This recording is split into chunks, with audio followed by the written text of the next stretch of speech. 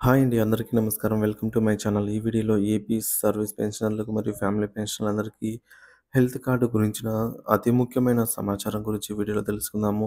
వీడియోనైతే ఎక్కడ గాని స్కిప్ చేయకుండా ఎండ్ వరకు చూడండి. అప్పుడే ఇన్ఫర్మేషన్ పూర్తిగా అర్థమవుతుంది.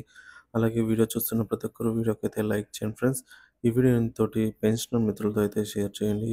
కొత్తగా మన ఛానల్ చూస్తున్నారు. ఇంకా ఎవరైనా సబ్స్క్రైబ్ చేసుకున్నట్లయితే వెంటనే మన ఛానల్ అయితే సబ్స్క్రైబ్ చేసుకోండి. సో, దీని ద్వారా నేను చేసే లేటెస్ట్ వీడియోస్ అన్నీ మీ వరకు రీచ్ అవుతాయి. ఇక ఆలస్యం చేయకుండా వివరాల్లోకైతే వెళ్ళిపోదాము. సో, ఫ్రెండ్స్ ఇక విషయానికొచ్చినట్లయితే ఏపీ రివిజ్డ్ పెన్షన్ రూల్స్ 1980లో పెన్షనర్స్ అందరికీ వారు వారి మొదటి పెన్షన్ చెల్లింపు సమయంలో వారి పే డిస్బర్సింగ్ అధికారి ఐడీ కార్డు జారీ చేయాలనే నిబంధన ఉంది. సో, దీనిని అనుసరించి జీఓఎంఎస్ నంబర్ 555 డేటెడ్ ఆన్ 13థ్ ఏప్రిల్ 2022 ద్వారా పెన్షనర్స్‌కు లామినేటెడ్ ఐడీ కార్డులను జారీ చేయుటకు విధి విధానాలు, కార్డు ప్రొఫార్మా విడుదల చేయడం అయితే జరిగింది. అప్పటి ఉమ్మడి ఆంధ్రప్రదేశ్‌లో ముందుగా కర్నూలు, పశ్చిమ గోదావరి, నిజామాబాద్, సో, అప్పుడు ఆంధ్రప్రదేశ్ అనేది కలిసి ఉన్నది కాబట్టి 3 జిల్లాల్లో గవర్నమెంట్ పెన్షనర్స్ అందరికీ కూడా లామినేటెడ్ ఐడీ కార్డులను మొదట మొదటి పెన్షన్ తీసుకునే సమయంలోనే సంబంధిత ట్రెజరీ అధికారులు జారీ చేయాలని అనైతే నిర్దేశించారు.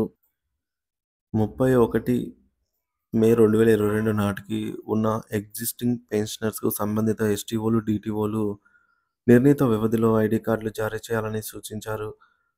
పెన్షనర్ ఐడీ కార్డులు ప్రతి 5 సంవత్సరాలకోసారి రెన్యువల్ చేయాలని ఆ ఉత్తర్వులలో పొందుపరిచారు.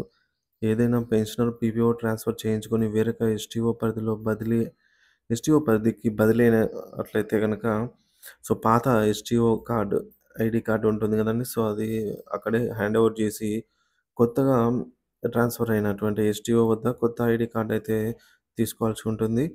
సో, మరి ఐడీ కార్డులు జారీకి అయ్యే ఖర్చును మాత్రం పెన్షనర్ భరించాల్సి ఉంటుంది. సో, ఆ ఖర్చు ఎంత ఏమిటనేది ఎప్పటికప్పుడు ప్రభుత్వం అయితే నిర్ధారిస్తూ ఉంటుంది. సో, టైం బట్టి ఎప్పుడు ఏ రేట్ ఉందో ఆ రేట్‌కి మనమైతే తీసుకుంటాము. ఇక ఉత్తర్వులలో ఈ మేరకు పేర్కొనడం జరిగింది.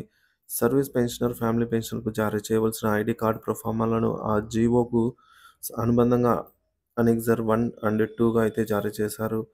ఇక అవి కింది విధంగా జత చేయడమైనది. తదనంతరం పలు జీవోలు పెన్షనర్ ఐడీ కార్డులపై జారీ చేయబడ్డాయి. జీఓఎంఎస్ నంబర్ 134 డేటెడ్ ఆన్ 13థ్ మే 2009 ఉత్తర్వుల ద్వారా రాష్ట్రం మొత్తం అన్ని జిల్లాల్లోని పెన్షనర్స్ అందరికీ కూడా సంబంధిత ఎస్టీఓ లామినేటెడ్ ఐడీ కార్డులు జారీ చేయాలనైతే ఆదేశించారు. నైన్త్ పే కమిషన్ రిపోర్ట్‌లో రాష్ట్రంలో ఉన్న సర్వీసు మరియు ఫ్యామిలీ పెన్షనర్స్ ఆహ్, అందరికి లామినేటెడ్ ఐడీ కార్డులు జారీ చేయాలని, వాటిని హెల్త్ కార్డులుగా పరిగణించాలని సూచించింది. ధర్మిల ప్రభుత్వం జీఓఎంఎస్ నంబర్ 206 అంటే 206 4థ్ జూన్ 2010 ద్వారా ఎస్టీఓలు వారి పరిధిలో గల అందరూ ఫ్యామిలీ మరియు సర్వీస్ పెన్షనర్లకు లామినేటెడ్ ఐడీ కార్డులు జారీ చేయమని ఉత్తర్వులు ఇచ్చింది. లామినేటెడ్ ఐడీ కార్డులు తయారు చేయడంలో రాష్ట్రంలో అన్ని జిల్లాలు, తాలూకా పరిధిలో state government pensioners association branch or unit సంబంధిత ఎస్టీఓల నుండి పెన్షనర్ డేటా అంతా తీసుకొని సర్వీస్ పెన్షనర్, ఫ్యామిలీ పెన్షనర్‌కు నిర్దేశించబడ్డ నమూనాలో ప్రతి పెన్షనర్ డేటా ఫోటో సరిచూసుకొని లామినేషన్ కోసం ఫోటో పేపర్‌పై కలర్ ప్రింట్ తీసి పెన్షనర్ సంతకం చేయించి సంబంధిత ఎస్టీఓలకు వెరిఫికేషన్ మరియు ధృవీకరణకైతే అందజేసేవారు. ఎస్టీఓ సంతకం సీల్ వేసిన తర్వాత లామినేషన్ చేయించి పెన్షనర్స్‌కైతే ఈ విధంగా అందించేవారండి. సో, ప్రస్తుతం గత 6, 7 సంవత్సరాలుగా ఈ ప్రక్రియ అయితే నిలిచిపోయింది. ఈ కాలంలో రిటైర్ అయిన వాళ్ళకు పెన్షన్ ఐడీ కార్డుల గురించి అయితే అవగాహన లేదు.